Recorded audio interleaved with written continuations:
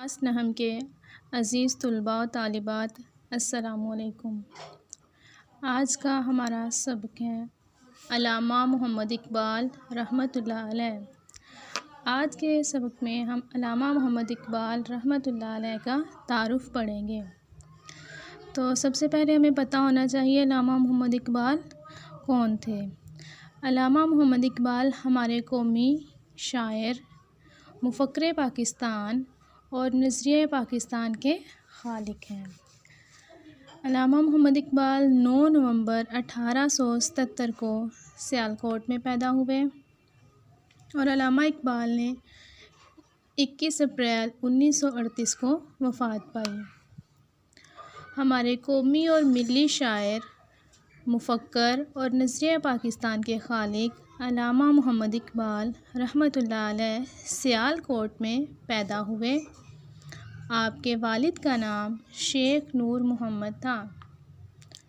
آپ نے ابتدائی تعلیم سیالکوٹ سے حاصل کی۔ گورنمنٹ کالج لاہور سے فلسفے میں ایم اے کیا۔ تو عزیز طلباء و طالبات، علامہ محمد اقبال ہمارے قومی شاعر تھے۔ ان کو مفکر پاکستان اور نظریہ پاکستان کے خالق بھی کہا جاتا ہے۔ آپ کے والد کا نام شیخ نور محمد تھا اور علامہ اقبال نے ابتدائی تعلیم سیالکوٹ سے ہی حاصل کی۔ گورنمنٹ کالج لاہور سے فلسفے میں ایم اے کا امتحان پاس کیا۔ ایم اے کا امتحان پاس کرنے کے بعد اعلیٰ تعلیم کے لیے یورپ گئے اور وہاں سے بار ایٹ لا اور ڈاکٹریٹ کی ڈگریاں حاصل کیں۔ تو اس کے بعد اعلیٰ تعلیم کے لیے علامہ محمد اقبال یورپ چلے گئے اور وہاں سے انہوں نے قانون کی ڈگری حاصل کی۔ وطن واپسی پر وکالت کا پیشہ اختیار کیا۔ 1930 میں خطبہ الہ آباد میں مسلمانوں کے لیے ایک الگ ملک کا نظریہ پیش کیا۔ تو عزیز طلباء و طالبات، علامہ محمد اقبال نے الگ وطن کا جو نظریہ تھا وہ کب پیش کیا؟ 1930 میں۔ 1938 میں انتقال کیا اور لاہور میں شاہی مسجد کے قریب دفن ہوئے۔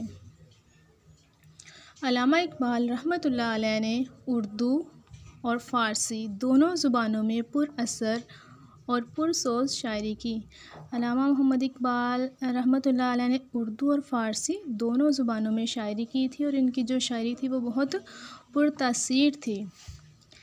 انہوں نے اپنی شاعری کا آغاز غزل گوئی سے کیا، مگر بعد میں زیادہ تر توجہ نظم نگاری کی جانب مبذول کر دی۔ تو عزیز طلباء و طالبات، آپ کو بتاتی چلوں، علامہ محمد اقبال رحمۃ اللہ علیہ نے اپنی شاعری کا آغاز غزل گوئی سے کیا تھا، لیکن جلد ہی انہوں نے غزل گوئی کو چھوڑ کر اپنی جو توجہ تھی وہ نظم نگاری کی جانب مبذول کر دی، کیونکہ قوم تک اپنا پیغام پہنچانے کا یہ زیادہ مؤثر ذریعہ تھا۔ کیونکہ علامہ اقبال جانتے تھے کہ اپنی قوم کو جو پیغام تھا وہ غزل گوئی کی بجائے نظم نگاری سے زیادہ اچھے طریقے سے پہنچا سکتے تھے، اس لیے انہوں نے غزل گوئی کو چھوڑ کر نظم نگاری شروع کر دی۔ اقبال کا دائرہ فکر، مشاہدہ کائنات اور مطالعہ بہت وسیع تھا۔ آپ اللہ تعالیٰ اور اس کے رسول اکرم صلی اللہ علیہ وآلہ وسلم کے سچے عاشق تھے اور اس چاہت اور عقیدت کا اظہار جا بجا ان کے کلام میں دکھائی دیتا ہے۔ طلباء و طالبات، آپ کو بتاتی چلوں، جو علامہ محمد اقبال تھے وہ ایک سچے عاشق رسول تھے۔ اگر ان کے کلام کا مطالعہ کیا جائے، ان کی شاعری کا مطالعہ کیا جائے تو ہمیں اس بات کا ثبوت ملتا ہے کہ وہ واقعی ایک سچے عاشق رسول تھے۔ ان کے کلام میں جا بجا ہمیں نبی کریم صلی اللہ علیہ وآلہ وسلم کے ساتھ چاہت اور عقیدت کا اظہار نظر آتا ہے۔ تو یہاں علامہ اقبال کا ایک شعر پیش کرنا چاہوں گی جن سے ان کی نبی پاک صلی اللہ علیہ وآلہ وسلم سے محبت کا اظہار ہوتا ہے۔ اقبال فرماتے ہیں، خیرہ نہ کر سکا مجھے جلوہ دانش فرنگ، خیرہ نہ کر سکا مجھے جلوہ دانش فرنگ، سرما ہے میری آنکھ کا خاک مدینہ و نجف۔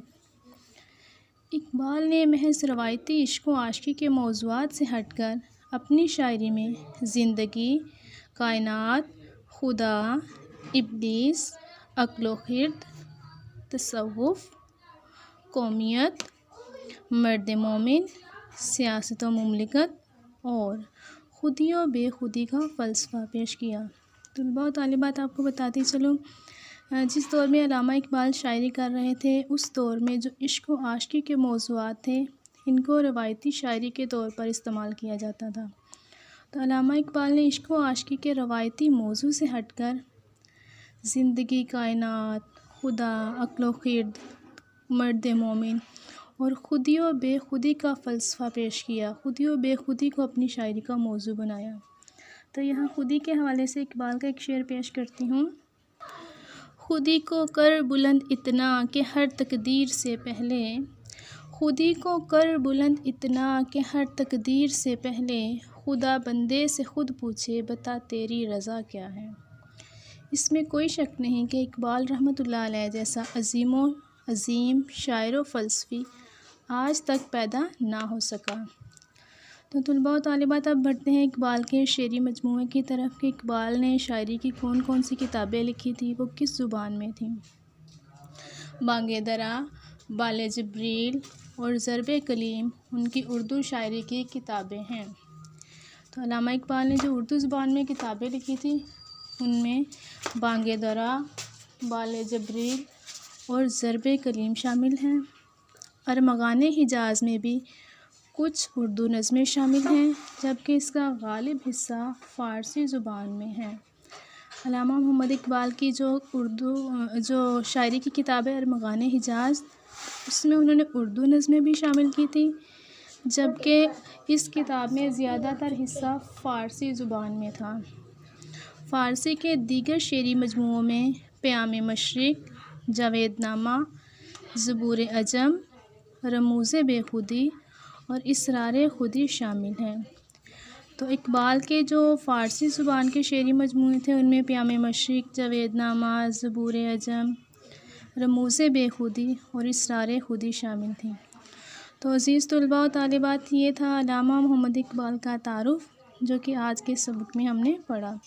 تو تمام طلباء و طالبات اس کو اچھے سے یاد کریں گے۔ اللہ حافظ۔